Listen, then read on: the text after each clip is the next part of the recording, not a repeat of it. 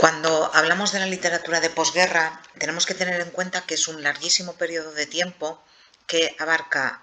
los años del franquismo, pero también muchas veces se incluyen los años de la transición. Es decir, estaríamos hablando de un periodo que empezaría cuando termina la Guerra Civil Española, en el año 39, y llegaría pues prácticamente hasta los años 80. Ya lo veréis también cuando veamos la novela y cuando veamos el teatro de posguerra. Pero ahora nos vamos a centrar en la poesía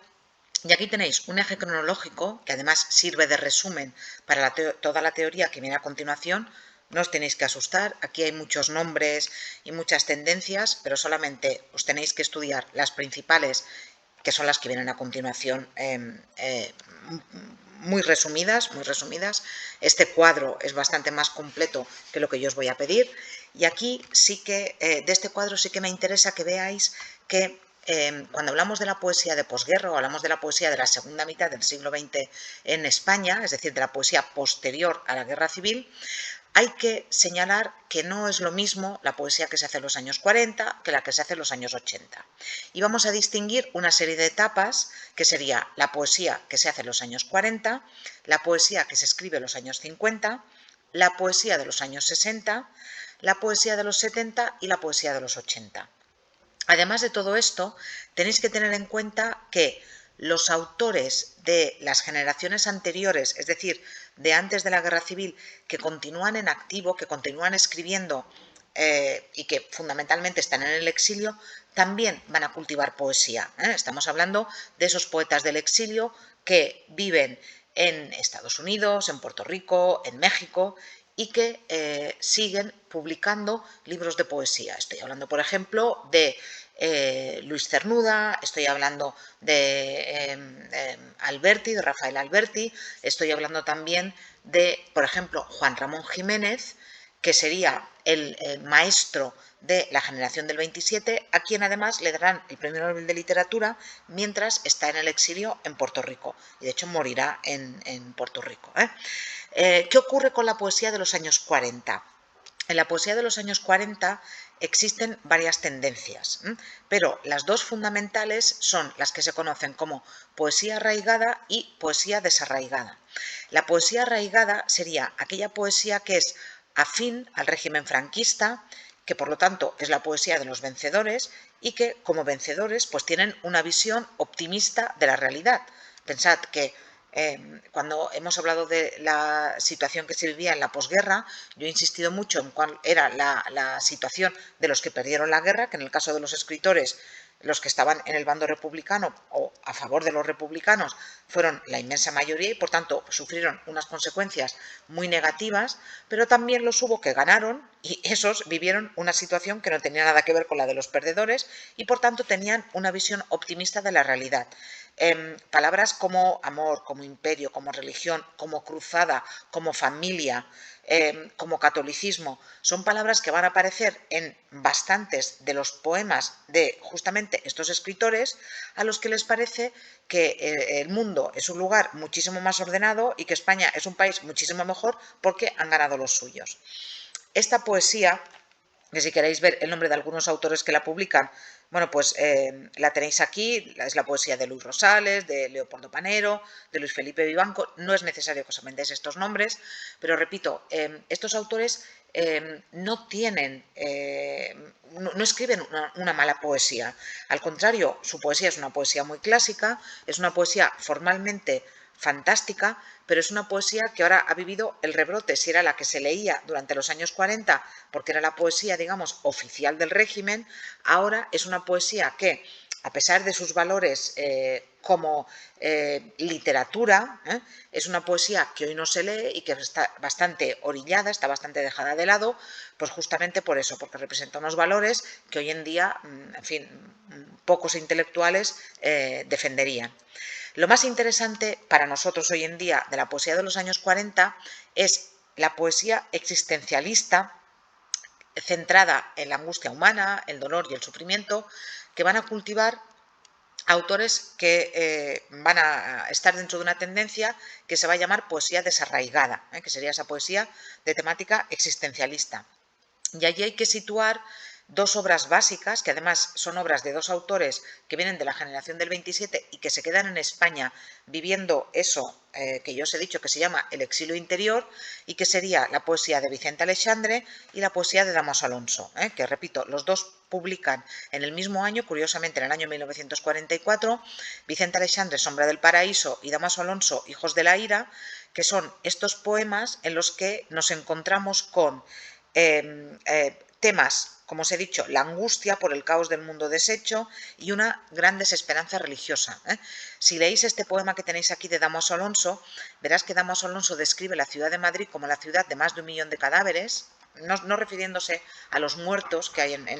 que ha habido durante la Guerra Civil, que en cualquier caso no llegaron al millón, sino el millón de personas que viven en Madrid. Y él los describe así, como 1 millón de cadáveres. Y veréis que él se dirige directamente a Dios y le pregunta cómo permite tanto sufrimiento y cómo permite que las cosas hayan llegado hasta el punto en el que llegaron. Y cuidado, Dámaso Alonso publica este libro cuando todavía no ha visto los campos de concentración nazis, cuando todavía eso no se sabe, pero aún así la situación que viven esos autores dentro de España que venían de aquellos años de libertad de la Segunda República, en fin, es una situación muy triste, y entonces autores como Dámaso Alonso, que era un hombre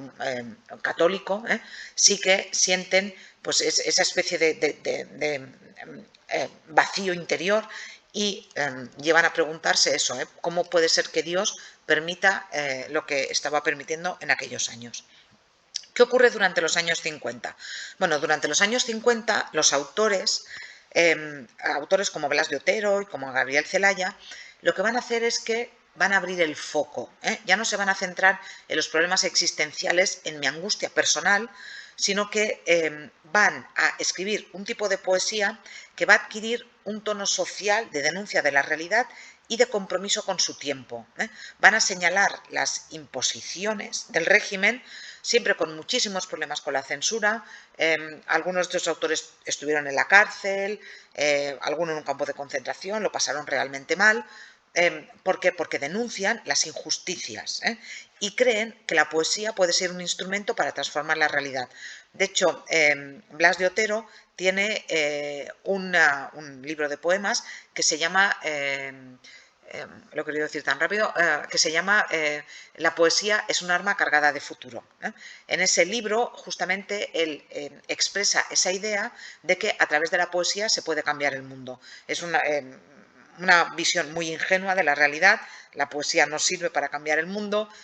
se cambia por otro tipo de cosas, pero sí que ellos pedían, como en este poema que tenéis aquí, de otra obra de Blas de Otero que se llama Pido la paz y la palabra, piden justamente eso, piden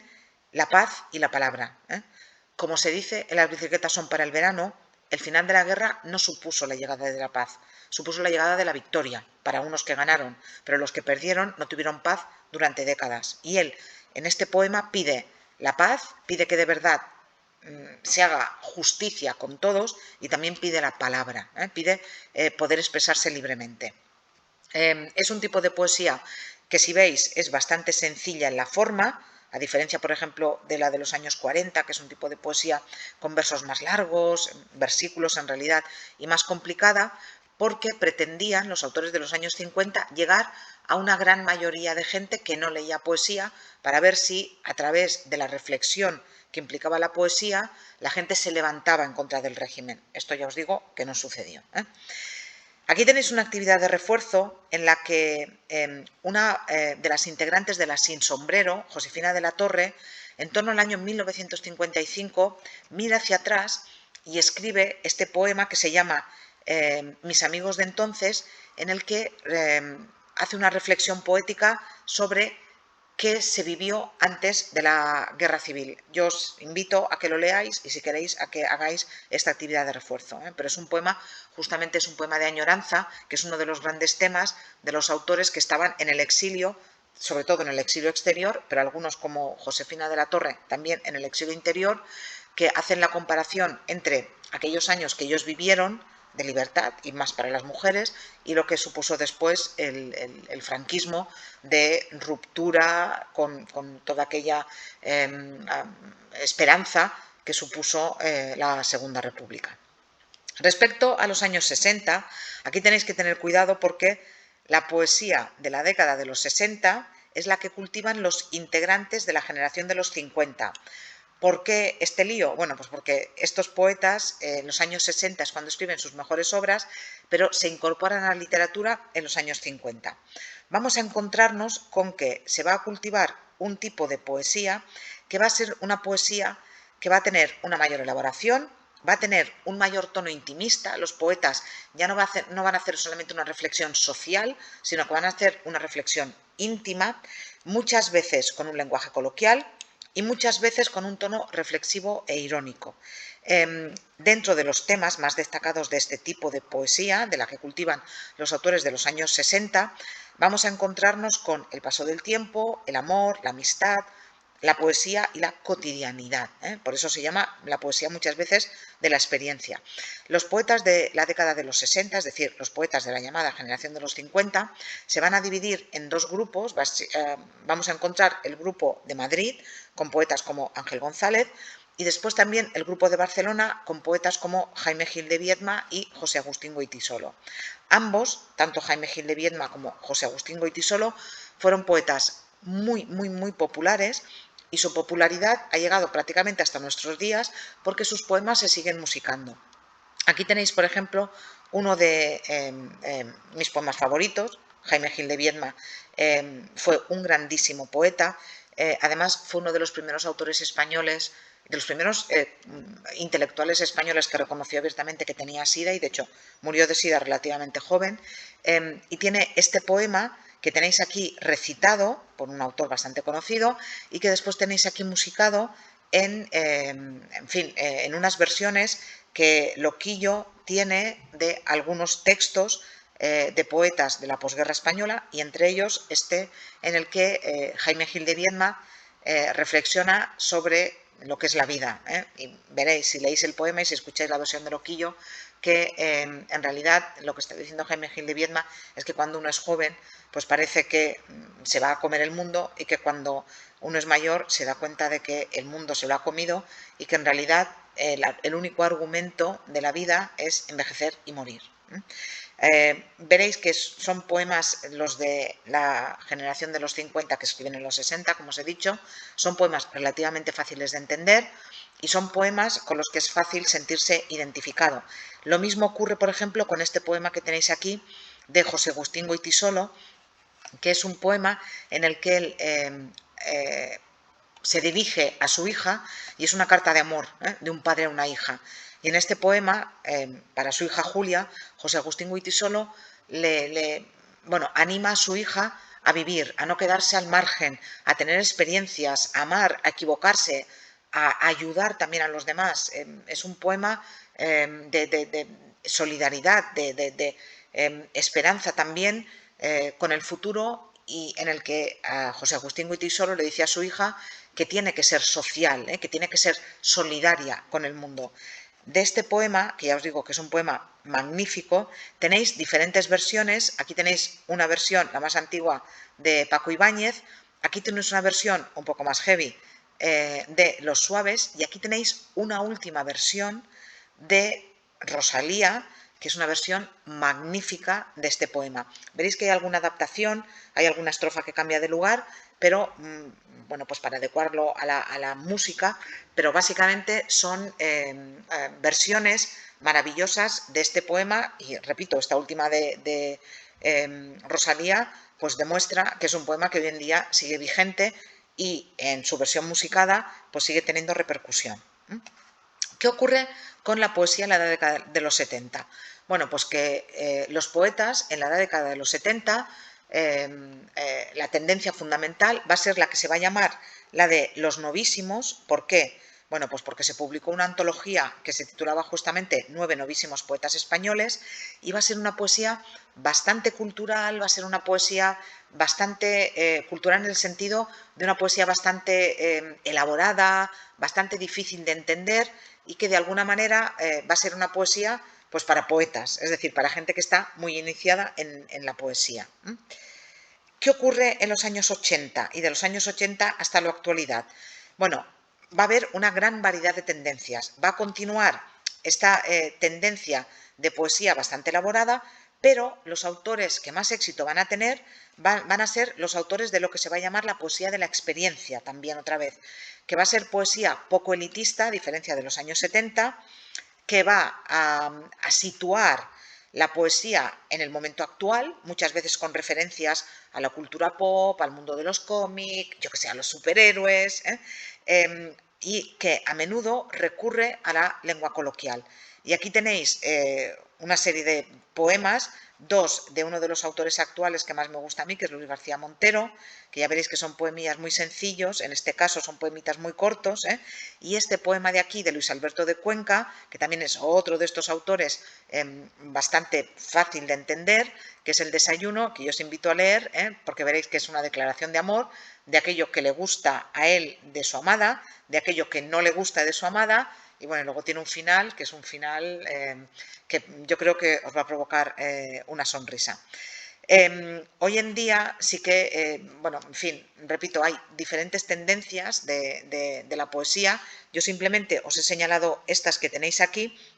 pero sí que es verdad que hoy en día se está democratizando la poesía, por ejemplo, con tendencias como la del slam poético, que son concursos que hay de poesía en bares, o que había antes de la pandemia en bares, pero bueno, ya veremos hacia dónde va la poesía y cuáles son las tendencias que se estudiarán dentro de unos años, porque sí que es verdad que lo que necesitamos es un poco de perspectiva histórica. Por tanto, aquí tenéis las principales tendencias de la poesía. Repito, en este eje cronológico las tenéis, ¿veis? La poesía del exilio por una parte, que se sigue cultivando, los años 40 con la poesía arraigada y desarraigada, la poesía social de los años 50, la poesía de los años 60 de la llamada generación del 50, que sería la poesía de la experiencia, la poesía de los 70 con los novísimos y las últimas tendencias con esta poesía más individualista, una poesía que se aleja del vanguardismo y con esa poesía de la intimidad.